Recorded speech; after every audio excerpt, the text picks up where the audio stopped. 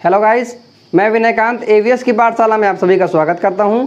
आज हम class 12 biology का चैप्टर 5 का पार्ट 9 डिस्कस करेंगे और इस पार्ट में हम आपको बताएंगे कि मनुष्यों में जो गुणसूत्र के द्वारा जो बीमारियां होती हैं उसके बारे में बात करेंगे। और इससे पहले वाले वीडियो में यानी पार्ट 8 में हम आपको बता चुके हैं कि मनुष्यों में जो जीन के द्वारा बीमारियां होती हैं यानी मनुष्यों में मेंडेलियन विकार किस प्रकार होते हैं, जिसमें हमने आपको बताया था रंजकहीनता क्या होती है, हंसियाकार रुधिराणु क्या होते हैं और एल्केप्टोन्यूरिया क्या होता है। अगर आपने उस वीडियो को अभी तक नहीं देखा है तो उसका लिंक आपको नीचे डिस्क्रिप्शन बॉक्स में मिल जाएगा या फिर ऊपर आई बटन में मिल जाएगा, वहाँ पर जाकर आप उस वीडियो को देख सकते हैं। तो चलिए गाइस, आज का वीडियो स्टार्ट करते हैं। इस वीडियो में हम आपको बताएंगे जो गुणसूत्र के द्वारा होने वाली कौन कौन सी बीमारी हैं। ठीक है, तो अगर देखा जाए तो गुणसूत्र समूह परिवर्तन के कारण जो गुणसूत्रों की संख्या बदल जाती है वो दो प्रकार के होते हैं। सबसे पहला है यूपोलॉइडी और दूसरा है एन्यूपोलॉइडी। यहाँ पे यू का मतलब क्या है? यू का मतलब है इवन और एन्यू का मतलब है अनइवन और पोलैरिटी का मतलब होता है वन सेट, यानी पूरा एक गुणसूत्र का सेट। यहाँ पे क्या है यूपोलैरिटी में जब भी गुणसूत्रों की संख्या बदलती है तो पूरा एक सेट बदलता है। क्या बदलता है? पूरा एक सेट, 2, 3, 4, जिसे इनको कहा गया डिप्लॉइड, ट्रिप्लॉइड, टेट्राप्लॉइड, है ना। अब देखो जो एन्यूपोलॉइडी है, जो अनइवन गुणसूत्र हैं, इसमें जो गुणसूत्र का सेट है वो एक गुणसूत्र की या तो बढ़ोतरी होती है या फिर एक गुणसूत्र की कमी होती है। लेटर हम इसके बारे में डिस्कस करेंगे, यानी यूपोलॉइडी क्या होता है, एन्यूपोलॉइडी क्या होती है, इसके बारे में हम बाद में डिस्कस करेंगे डिटेल में। फिलहाल अभी हम ये देखेंगे कि जो गुणसूत्र बदल जाते हैं उनके द्वारा कौन कौन सी बीमारी होती हैं। तो उनमें से सबसे पहली बीमारी है डाउन्स सिंड्रोम।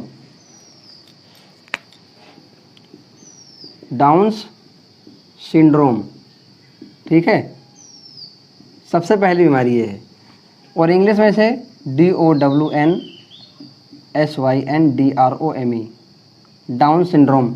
जैसा कि लिटरली आपको लग रहा होगा कि डाउन्स का मतलब है एक गुणसूत्र कम हो जाता है, बट डाउन सिंड्रोम क्या होता है, गुणसूत्र बढ़ता नहीं, इसमें एक जो डाउन का मतलब एक गुणसूत्र घट जाए, आपको लिटरली लग रहा होगा, बट ऐसा होता नहीं है। इसमें जो 21वीं जोड़ी होती है, आपको पता है कि मनुष्य में 23 जोड़े गुणसूत्र होते हैं, यानी टोटल गुणसूत्र कितने होते हैं? 46 होते हैं और ये 46 जो है पेयर में होते हैं, यानी कितने होते हैं? 23 जोड़ी होते हैं। 23 जोड़ी में से 21वीं जोड़ी होती जो है उसमें एक गुणसूत्र बढ़ जाता है। क्या होता है? एक गुणसूत्र बढ़ जाता है, यानी टोटल नंबर ऑफ जो क्रोमोजोम्स होते हैं वो कितने हो जाते हैं? 47 होते हैं। और इसकी खोज किसने की थी? लैंगडन डाउन ने डाउन सिंड्रोम की खोज की थी और इनके नाम पर ही जो है डाउन सिंड्रोम नाम दिया गया है। ठीक है, लैंगडन डाउन के नाम पर ही डाउन सिंड्रोम रखा गया है। लिटरली अगर आप समझें तो डाउन्स है, इसका मतलब यहाँ पे एक गुणसूत्र कम नहीं, एक गुणसूत्र बढ़ जाएंगे। ठीक है, अब जब गुणसूत्र बढ़ जाएंगे तो इनके कैरेक्टर भी बढ़ जाएंगे। ठीक है, अब देखिए, अगर किसी व्यक्ति में डाउन सिंड्रोम हो गया है तो उस व्यक्ति की 16 से 17 वर्ष की अवस्था में ही मृत्यु हो जाती है। ठीक है, 8%, दुनिया में 8% ऐसे व्यक्ति होते हैं जिनको डाउन सिंड्रोम हो गया है। 8% व्यक्ति ही 40 वर्ष की अवस्था तक पहुंच जाते हैं। अगर हम बात करें तो 700 नवजात शिशुओं में से एक को डाउन सिंड्रोम देखा गया है, उनमें पाया गया है। ठीक है, अब इसकी लक्षण की बात कर लेते हैं। अगर किसी को डाउन सिंड्रोम हो गया है तो उसके कैरेक्टर्स किस प्रकार बताए जाते हैं? तो सबसे पहला अगर इसका लक्षण देखें तो इनका जो कद होता है वो छोटा हो जाता है और इनका जो दिमाग है वो कम हो जाता है, यानी ये मंद बुद्धि के हो जाते हैं। ठीक है, और इनमें जो लक्षण दिखाई देते हैं, इनका सर गोल होता है, गर्दन मोटी होती है, त्वचा खुरदरी हो जाती है, जीभ मोटी हो जाती है, उंगलियां ठोंठदार हो जाती हैं। ठीक है, आंखें तिरछी हो जाती हैं, पलकें मंगोलों की तरह हो जाती हैं, यानी फोल्डेड पलक, यानी ये जो पलक हैं ये फोल्डेड हो जाती हैं, मंगोलों की तरह हो जाती हैं और इसीलिए इस बीमारी को कहा जाता है मंगोलिक जड़ता।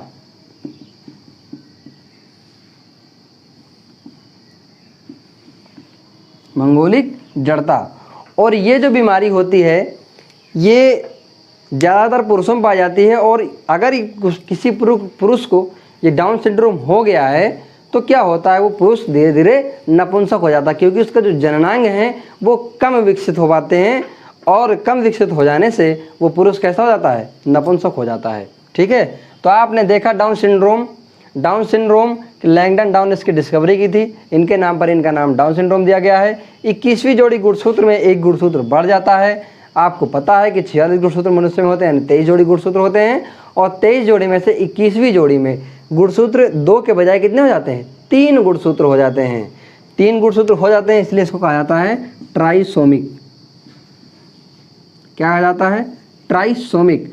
अब जब गुणसूत्र बढ़ जाता है एक, तो उसमें कैरेक्टर्स भी चेंज हो जाते हैं। कैरेक्टर्स में इनका कद छोटा हो जाता है और इनका दिमाग कम यानी मंद बुद्धि के होते हैं।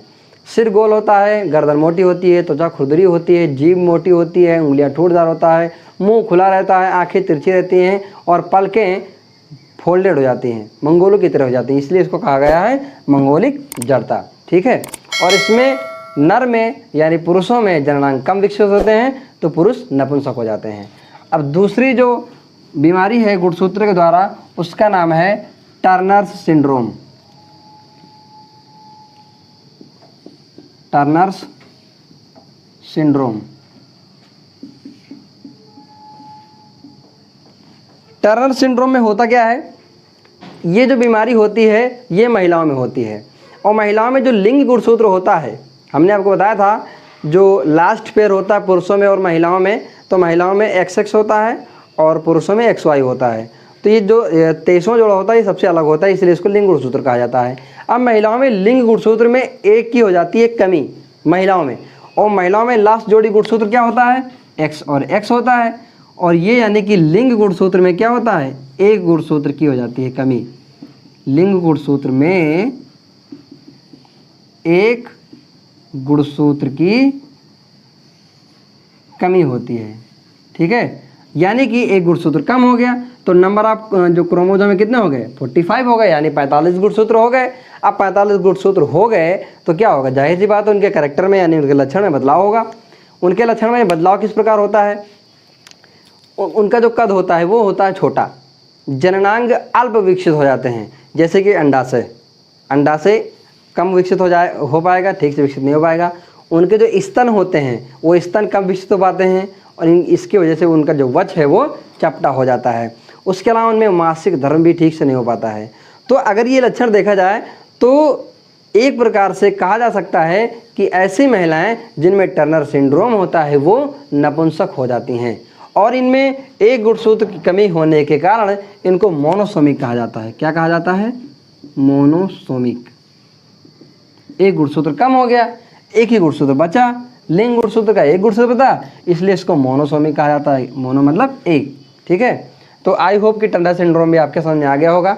ठीक है, अब तीसरा जो हमारा रोग है, तीसरा जो सिंड्रोम है वो है क्लाइनेफेल्टर सिंड्रोम।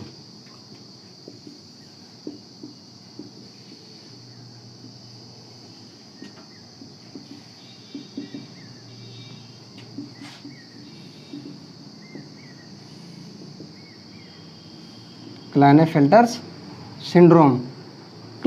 सिंड्रोम इनमें क्या होता है कि जो लिंग गुणसूत्र 2 के बजाय 3 हो जाते हैं। इसके पहले वाला सिंड्रोम में क्या था कि लिंग गुणसूत्र में एक गुणसूत्र की कमी हो जाती है, लेकिन इनमें क्या होता है, लिंग गुणसूत्र में 2 के बजाय 3 हो जाते हैं, यानी कि X और Y। अब देखिए Y गुणसूत्र की अधिकता के कारण या Y गुणसूत्र की उपस्थिति के कारण इनका जो आकार है वो सामान्य पुरुषों जैसा दिखता है, लेकिन एक गुणसूत्र X की ज़्यादा होने की वजह से इनमें वृषण और अन्य जो जननांग होते हैं उनका विकास नहीं हो पाता है, जिसके कारण इस प्रकार के जो सिंड्रोम वाले व्यक्ति होते हैं वो भी क्या होते हैं, नपुंसक होते हैं। ठीक है, औसतन 500 पुरुषों में से एक पुरुष में 500 पुरुषों में से एक पुरुष में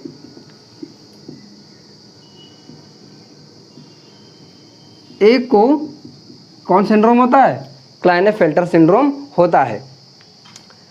अब इसके लक्षण क्या होते हैं? अगर किसी व्यक्ति में ये हो जाता है तो उनके जननांग कम विकसित होते हैं, वृषण कम विकसित होते हैं। क्यों? क्योंकि इसमें एक एक्स गुणसूत्र ज़्यादा होता है। ठीक है। और अगर बात करें तो क्लाइनेफिल्टर, ऐसे भी क्लाइनेफिल्टर सिंड्रोम होते हैं जिनमें एक्स होते हैं या XYY होते हैं। XY वाले जो व्यक्ति होते हैं ये कम बुद्धि के होते हैं, कामुक ज़्यादा होते हैं, गुस्सैल स्वभाव के होते हैं।